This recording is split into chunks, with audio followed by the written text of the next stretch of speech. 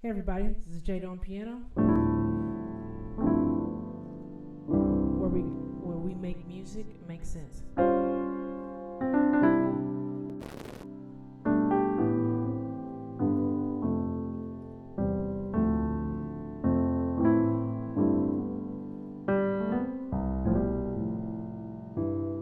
Just a little 2-5-1 in C, and that's exactly what we're going to be talking about today.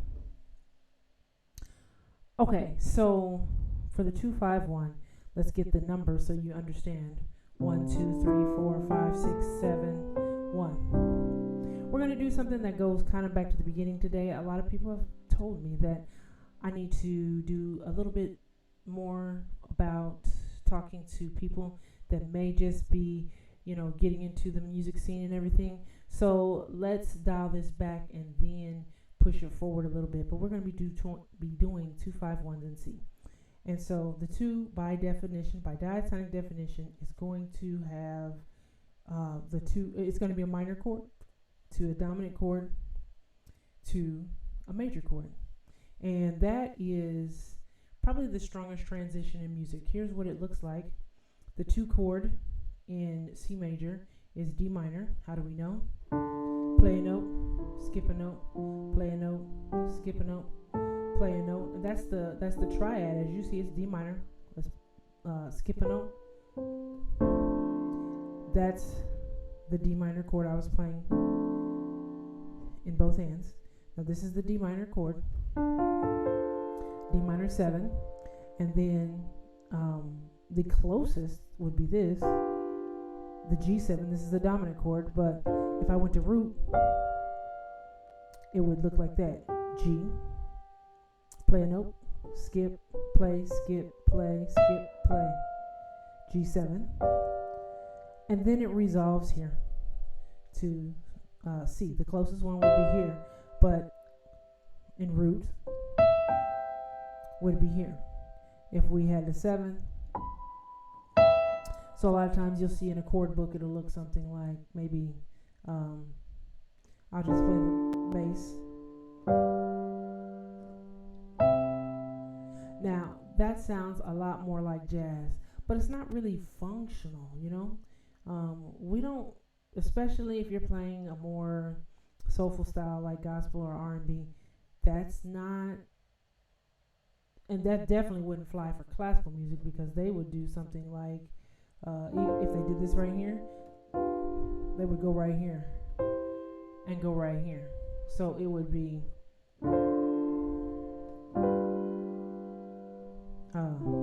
something like that if you're in classical music. Or they might do, let's see,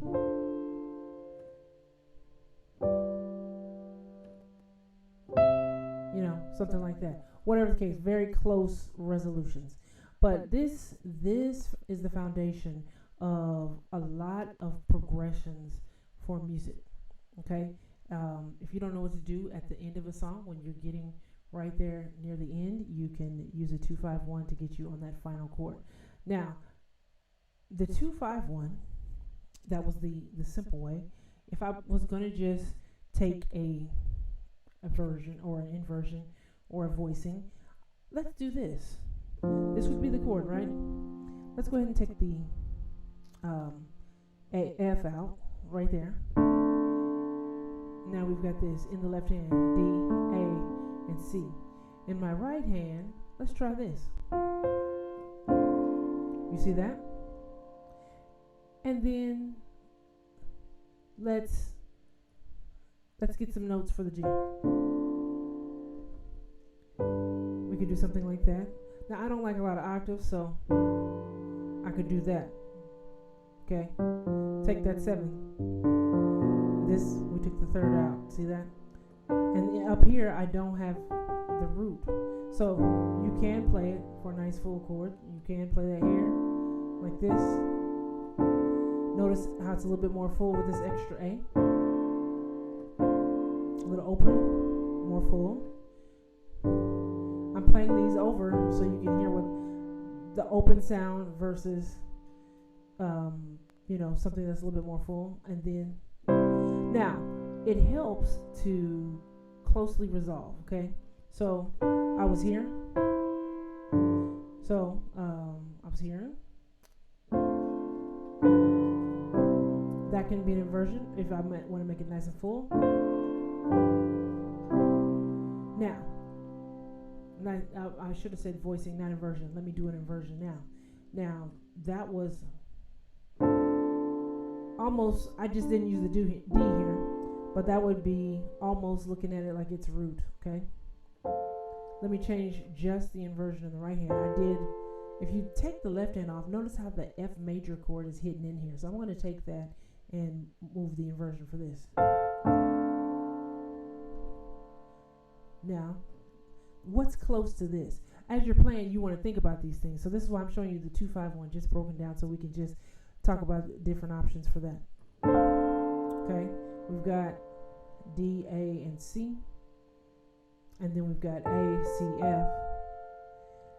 And a nice little push. I'm leaving my left hand the same. So.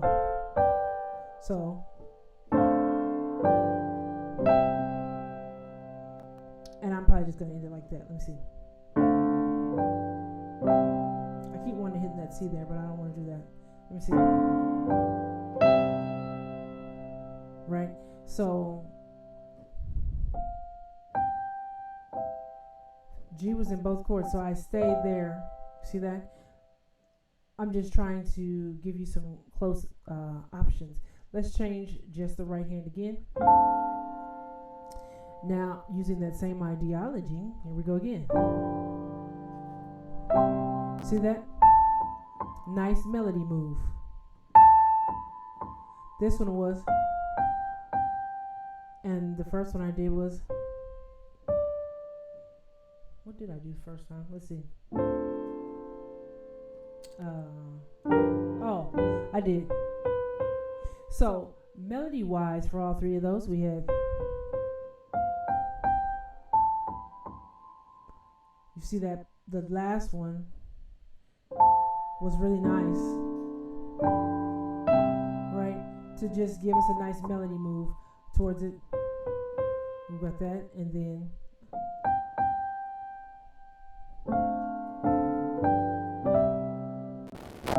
right? So we have that as options. Let's look at some drop twos, just, and I'm not going to be doing anything fancy with them, but this is the whole chord. Let's take, I don't think I'm going to do anything fancy. Let's drop two. That would bring this A down. So this is the chord. Take the A out. So the A has to go here. And it still feels, it says F major 6, but it still feels very good this way. Now let me do the same thing with this chord. Let's take this out and put it down here.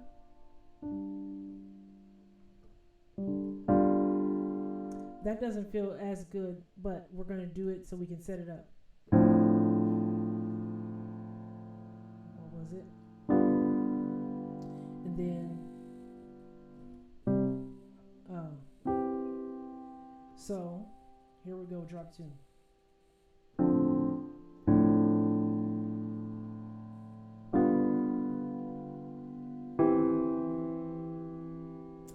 But I didn't like the second chord so much because it was too far away. So let's use the same. Let me change inversions. And now take this one down. I don't know if I like that one yet. Okay. It's not close enough to this chord. I'm trying to see what I can get to closely. And let's go here. Let's move this here like this. That's a drop two. And then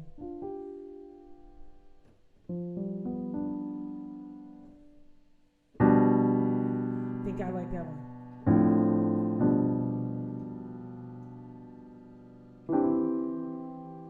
That's interesting. If I wanted to go use the first two and drop two, right? Now, if I wanted to get something, how about this one? That's all the notes. Yep. I don't know if that's a drop two though. Yes, it is. And then the one I just did. So you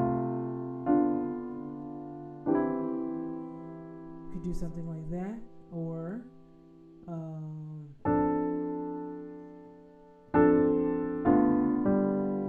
well, I think I like this, or about to.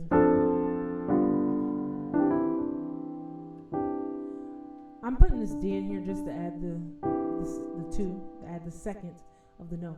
Now, by definition, those are all 2-5-1s.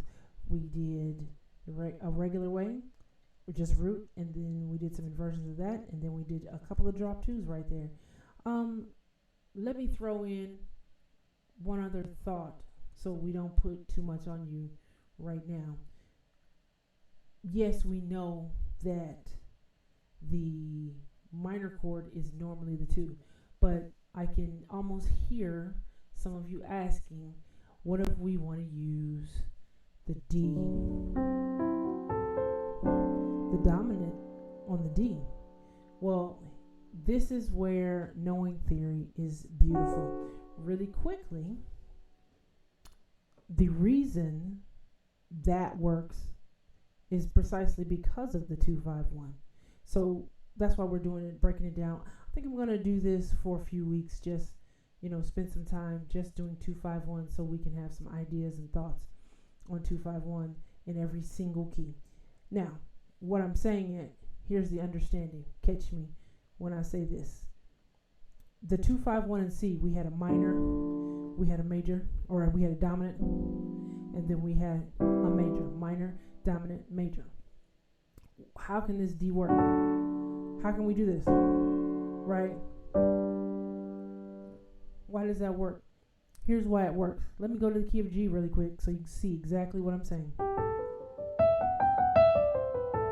1, 2, 3, 4, 5, 6, 7, 1.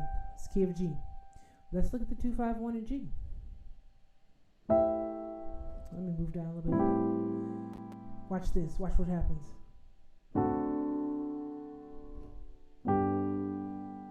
Okay. Now, let me say this so it is abundantly clear, so you don't even have to guess and think about it. There is one dominant chord in each key, okay? And so with that, that means if I play the D dominant chord, I'm expecting it to go to a G as a perfect cadence, or I'm expecting it to go to an E minor as a deceptive cadence. If I play the G dominant like I did here, I'm expecting to go to C, or I'm expecting to go to A minor. Okay, that would be deceptive to go to the A minor, but the perfect cadence would be the G dominant to C. The perfect cadence for the key of G, here we go, a G major, or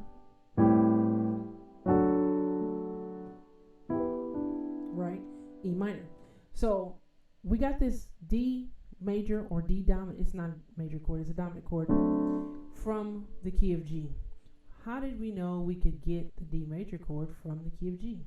Well, in fact, for our 2-5-1, let's look just at the bass. 2, 5, 1. That's the key we're in, right? So we're on this chord and we know the next chord we're going to is G. Well, in the key of G,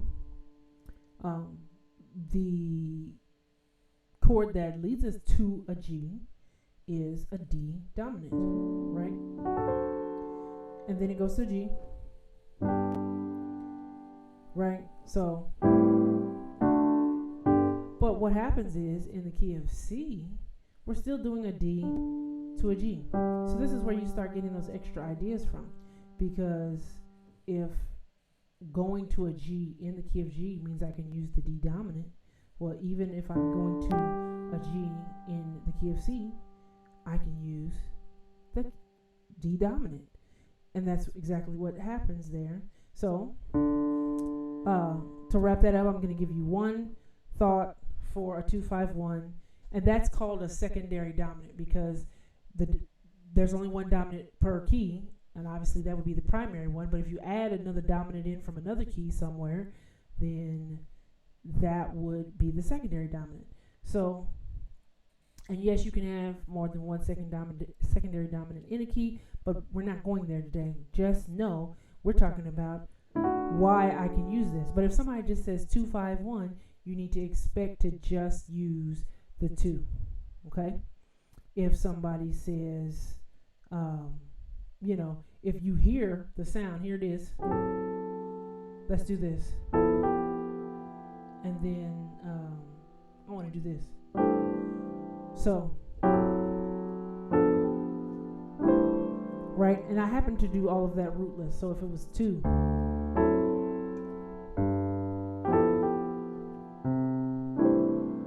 see that sounds a little bit jazz too, but it kind of sits in between. So here's this would be D like this, right? D dominant. This would be the G dominant. And then instead of me using roots, I didn't use any roots there. Right? So that's just one thought using a secondary dominant. We had a few things, but if you need to work on your 2, 5, 1 in the key of C, there you have it. 2, 5, 1. You guys take care, and I will see you next week.